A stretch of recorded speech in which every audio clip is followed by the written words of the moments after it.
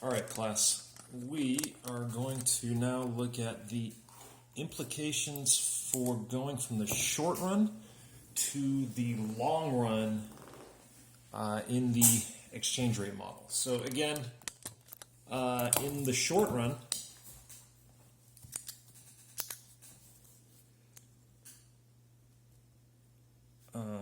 prices are sticky. And there's there's a handful of reasons why prices are quote unquote sticky in the short run, and I'm gonna sort of go with the default. The idea is like we've got these things called wage contracts. So this largely comes from this philosophy, or I don't want to say philosophy, but this idea back in the 1970s, 1960s even, when the labor market in the United States was characterized by a high degree of unionization. Unionization is just collective bargaining. It's essentially when the employees form a group to increase their ability to bargain for higher wages against the management of a corporation, company, sawmill, whatever. The U.S. was no exception. We had a lot of factories, and those factories were owned by small groups of people, corporations or what have you, and they employed a lot of, thousands of people. So the wage contracts were the unions would get together with management and decide what the labor contracts would look like, and these are things that didn't change day to day. I mean, you would get the same wage 1 year in duration, right? So if the wage contract fixed the wage for a year, let's say, then the management knew that its costs for labor were fixed for a year. And so we get this sort of natural stickiness in prices because the prices that they charged for their output didn't have to change with costs as much because costs weren't changing. Why? Because the contracts for labor were fixed. Now, it's not exactly the same in the new century here in the 2000s and even late 1990s where there's not that much unionization anymore. So prices are fixed for other reasons. But we're going to use this sort of logic here of wage contracts being the reason why prices are fixed. So while they're fixed in the short run, or sticky in the short run, prices do adjust over the long run. So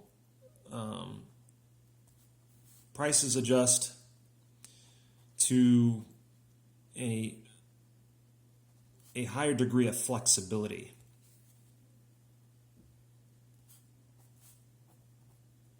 All right, in the long run. All right, we can almost kind of differentiate the long run from the short run by using, the long run is a scenario where all the factors of production are, they're not fixed, and prices are also flexible. So the long run is a period of time such that prices can adjust, okay? So if prices can completely adjust to changes in, let's say, the money supply, then the way we're going to begin corroborating our model with this difference between the short run and the long run is we're going to go ahead and take equation 1, and this is the equation that is the money demand equation, and we had it, let me see if I get this right, money supply over price is equal to L of R over Y. Okay. So what we're going to do then is we're going to assume that in the long run, we've got these bars over the R bar and the Y bar just to signify that these are their long run values. Okay. And if we rearrange this equation, what we can do is we can solve for the prices. And if you do so, you just basically multiply both sides by P and divide both sides by liquidity. What you'll get is that prices are equal to the money supply over L of the long run interest rate and the long run growth rate of GDP. So this could be 3%, that could be 3%. They're both fixed in the long run. And what you see is that any change in prices or any change in the money supply leads to changes in prices. Okay? So, well, what is this? So let me go ahead and put an arrow if there's an increase in the money supply, and also if there's a decrease in the money supply, we get increases in the price level, decreases in the price level that relate to changes in the money supply.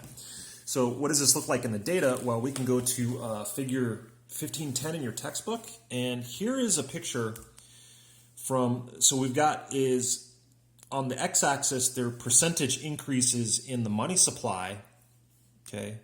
And on the y-axis, what we've got is percentage increases in the price level. So this is basically the inflation rate on the y-axis.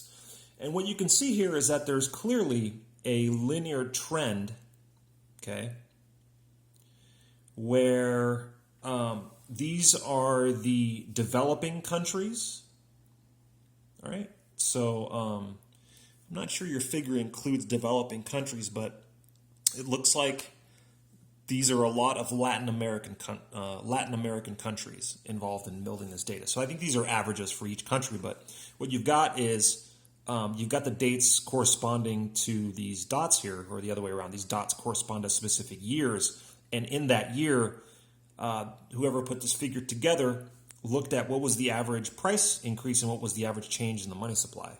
Okay, and what you see is that depending on different years, there's a growth trend here. But what we see is there's also a pattern with the dates, right? And we've got a lot of the 1980s here. We've got some of the 90s here, early 90s, and then we've got a lot of the 2000s here. So the reason we kind of go from one end of the graph to the other is because money supply, or monetary policy, isn't something that changes day to day. You have one government in, one person running the money supply. That actually, you could have the same type of or the same style of management for like 5-6 years, okay? So it doesn't surprise me that we've got groupings of different dates here as well, okay? But anyhow, that's something that you need to draw your attention to, is that in the long run, there is evidence that changes to the money supply do alter or manifest themselves in corresponding changes in the price level. Now, this is, like I said, this is something that we have been convinced probably, I would say pre-Great Recession. Okay, so this is maybe 2000 and I would say, even like 2005 and earlier. Okay. Post-2005, post-Great Recession, things have changed a lot. What we're seeing is we've got this astronomical increase in the money supply, increase in credit globally, and we've got really, really, really low levels of inflation as well. So that is something that works contrary to this, and it's an active area of research, okay? So what that tells us is a theory is only as good as what it can describe and what it can explain adequately, okay? So the theory that this works might have worked before 2005, but clearly this theory needs to be updated, or it's just something's broken, and something needs to change. Okay, so let's move on a little bit. So what we can then bring this to our discussion when it relates to the exchange rate now is that there's kind of I guess an equivalent argument with the exchange rate, where if you've got, let's say, depending on permanent or temporary changes in the exchange rate. So let's say we've got not exchange rate, but the money supply. So let's say we've got a permanent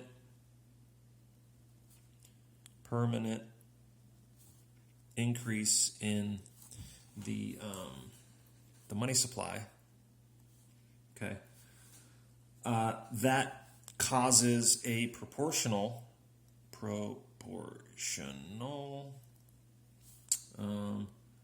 long run depreciation. Okay, so it should hopefully make some intuitive sense to you. If, like, you expand the supply of something against a constant demand for it, the price falls. So we can think of the price being the exchange rate. So if you continually expand your money supply, but the other, foreign exchange currencies don't increase in relation to the money supply that you're talking about, well, then there's a relative increase in the supply of one currency versus the others. The exchange rate has to go down. So we can also see this with a decrease, all right? And these lead to, that would lead to a corresponding long-run appreciation, okay? So this works both ways. So let's look and see what happens with kind of the exchange rate model that we've talked about.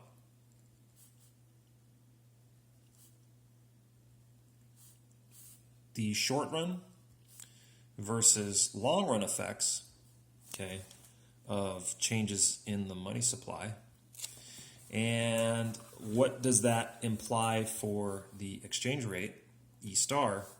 And then what we want to differentiate is if the changes in the money supply are permanent versus temporary. Okay, so depending on how the public perceives the increase in the money supply will have an impact on expectations of the exchange rate. That's going to have an impact on our ultimate equilibrium, E star. Okay, so we already did a lot of the short run work with this exchange rate model. So let's look at how things go from the short run to the long run. So let's do a quick run through the model again. So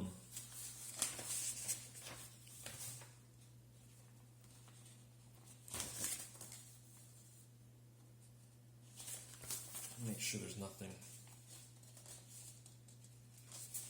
Actually, there is one thing. Let me go over one more figure in your textbook. And so just to give you an idea of what we talk about when we say that one thing is sticky and something else is not. So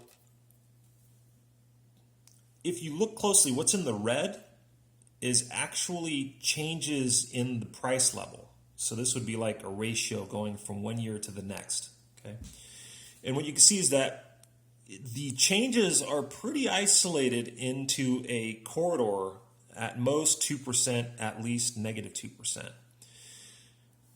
But what we have here is the exchange rate is a lot more volatile. So unlike the price level, or unlike domestic prices, and this is the dollar to yen exchange rate and the US to Japan price level ratio.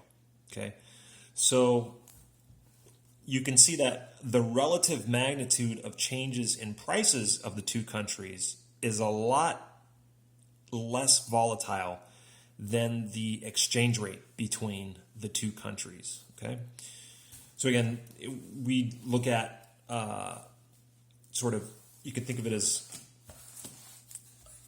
like the price level of the US divided by the price level of Japan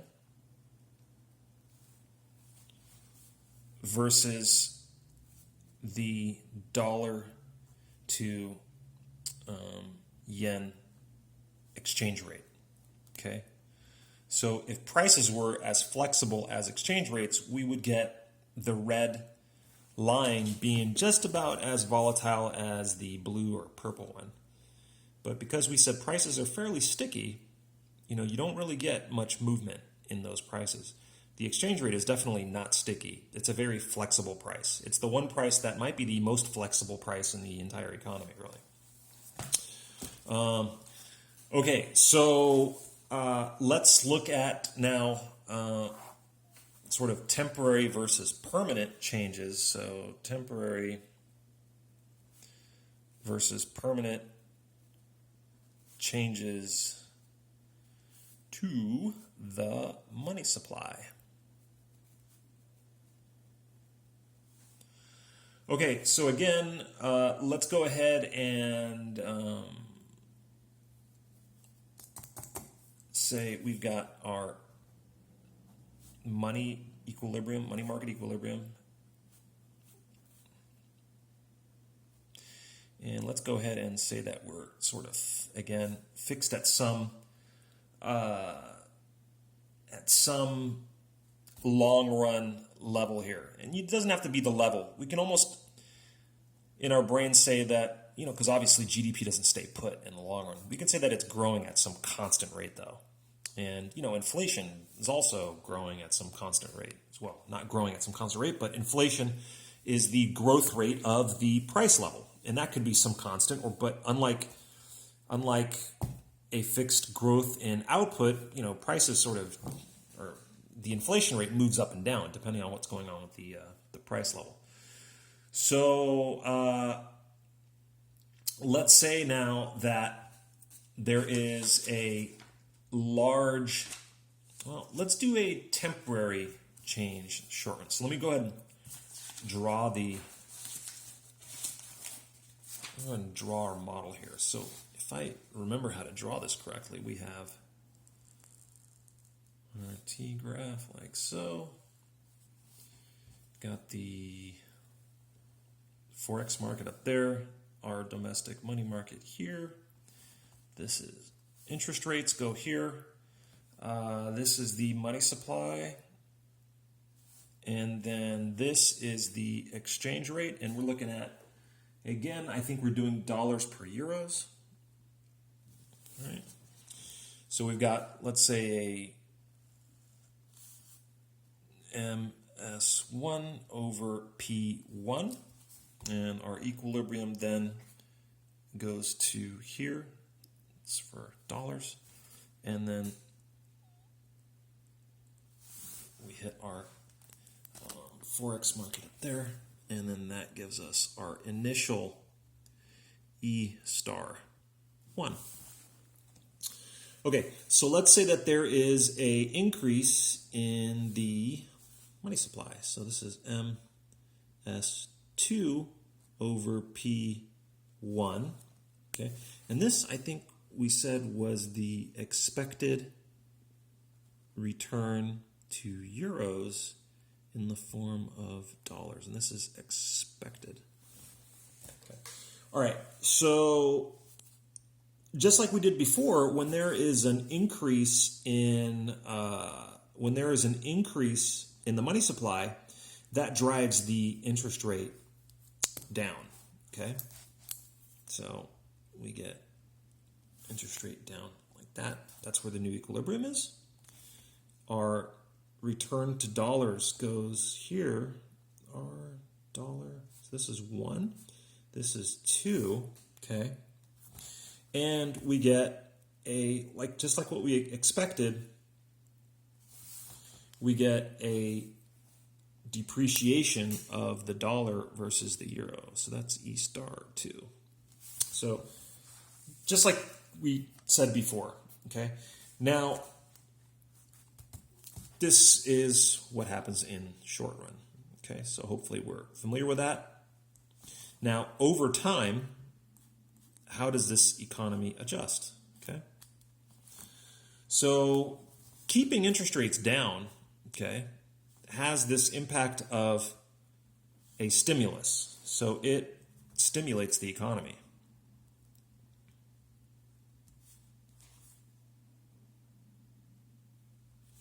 Right.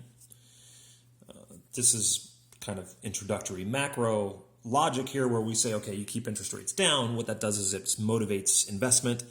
Investment means more jobs. More jobs means more income. More income means there's a lot of people buying things, or they end up taking that income and buying things. And that drives prices up. And so we get inflation. So prices begin to rise. Okay. So now, as prices rise, what happens to the supply of money?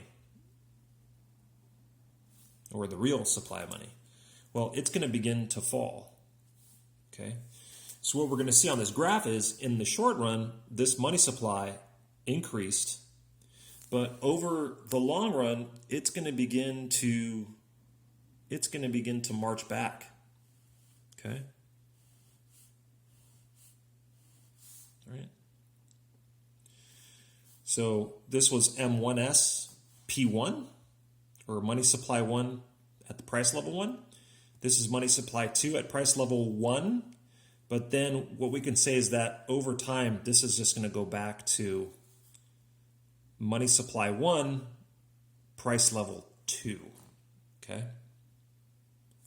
So the return to dollar deposits is going to also migrate back.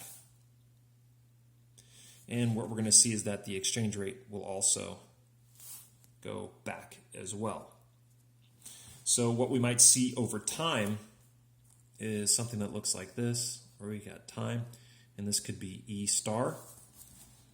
And we could march along, and then when the money supply increased, we had our depreciation. And then over time, we kind of went back to where we were before. Okay? This is where the money supply was increased. Not the price level, but the nominal money supply. That's where it was increased. All right? So now this is what occurs if there is a sort of if the public thinks the money supply change is temporary. So this is if the public perceives the increase in money supply as temporary. Okay? Now, what happens if we think the money supply change is permanent? That's different. Let's go ahead and do that now. So now, what if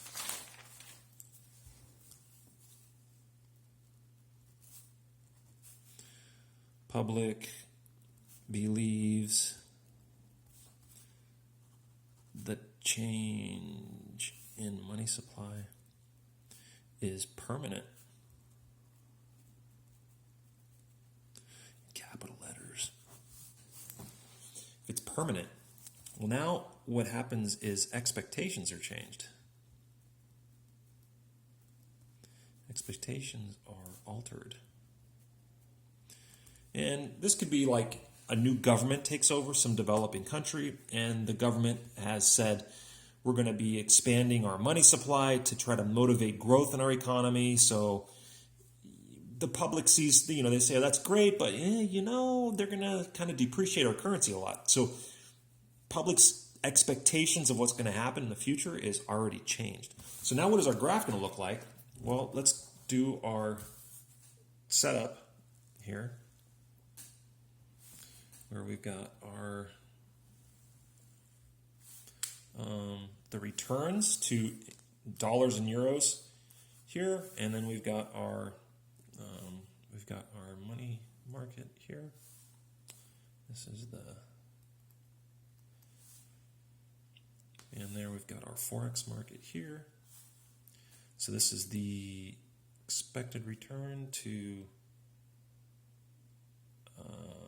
euros in the form of dollars. And let's draw an initial equilibrium. Let's say this is M1. This is the first money supply price level. And then that gives us this return to $1, which gives us our first equilibrium. E star 1. Okay. So let's say we expand the money supply to here. Money supply 2, price 1. But the participants in the Forex market they believe this to be a permanent increase in the money supply, or the central bank is not going to be doing this as a temporary thing where they will bring the money supply back in the short run. This is something that the money supply is going to stay, and they've said that it's going to stay.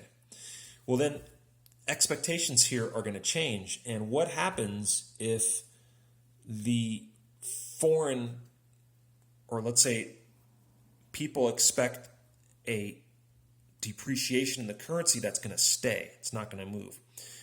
Well, then that's going to alter the expected return to euro deposits, right? And it's going to increase the return to euro deposits in relation to dollar deposits. Why?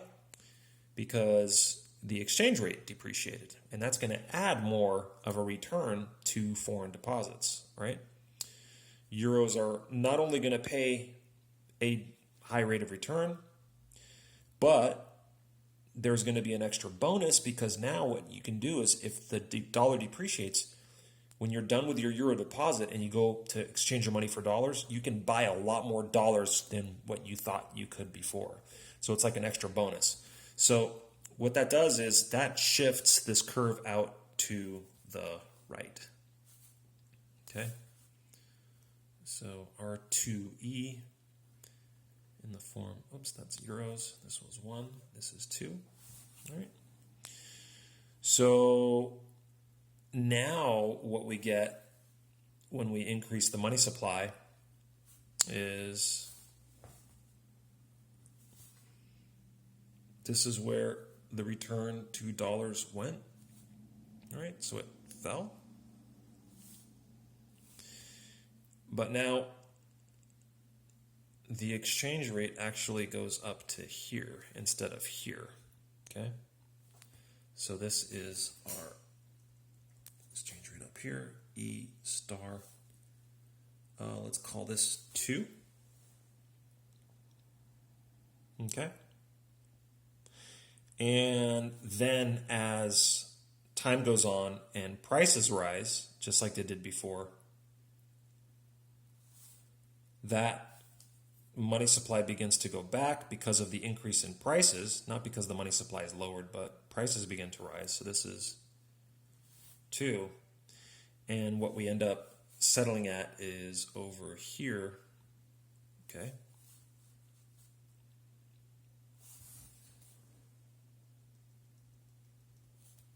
And this is E star 3.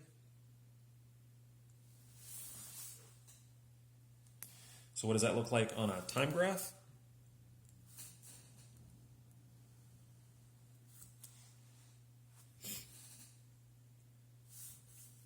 Moving along.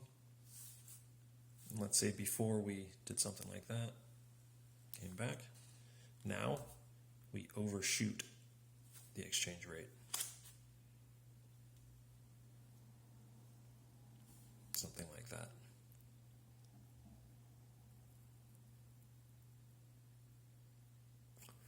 And this is where we get this exchange rate overshoot from.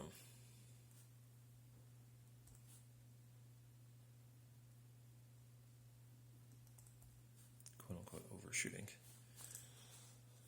It's just that the exchange rate overshoots its long run value.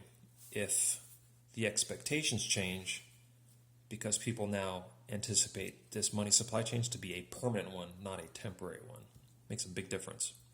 Okay. We saw this overshooting, or economists at the time saw this overshooting in the data, and for the life of them, they could not explain why do the exchange rates overshoot when there's expansionary money supply that occurs. And then a group of international macroeconomists said, well, if expectations change, and that has an impact on this exchange rate overshooting that we see. So a lot of economists that, I've read, Peter Garber and Maurice Obstfeld, people like that, who studied this, came up with this theory. So anyhow, that explains overshooting. So if you look, we've got some of these time paths. I've got them drawn out in your notes that you can follow along with here.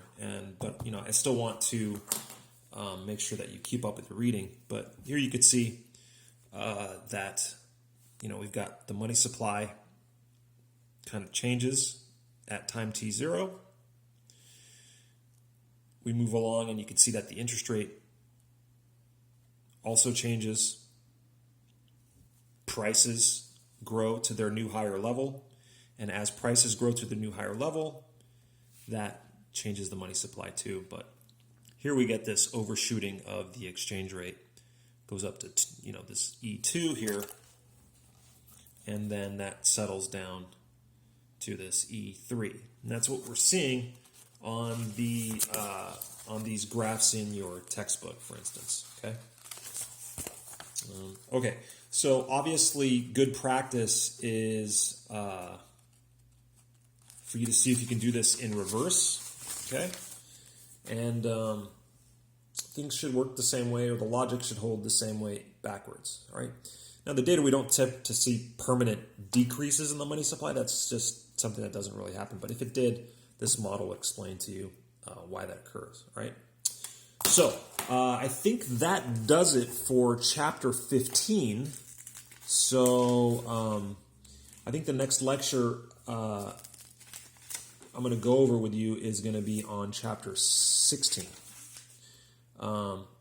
Okay. So anyhow, let's end the video there, and then we can pick that up next time. Okay. Talk to you soon.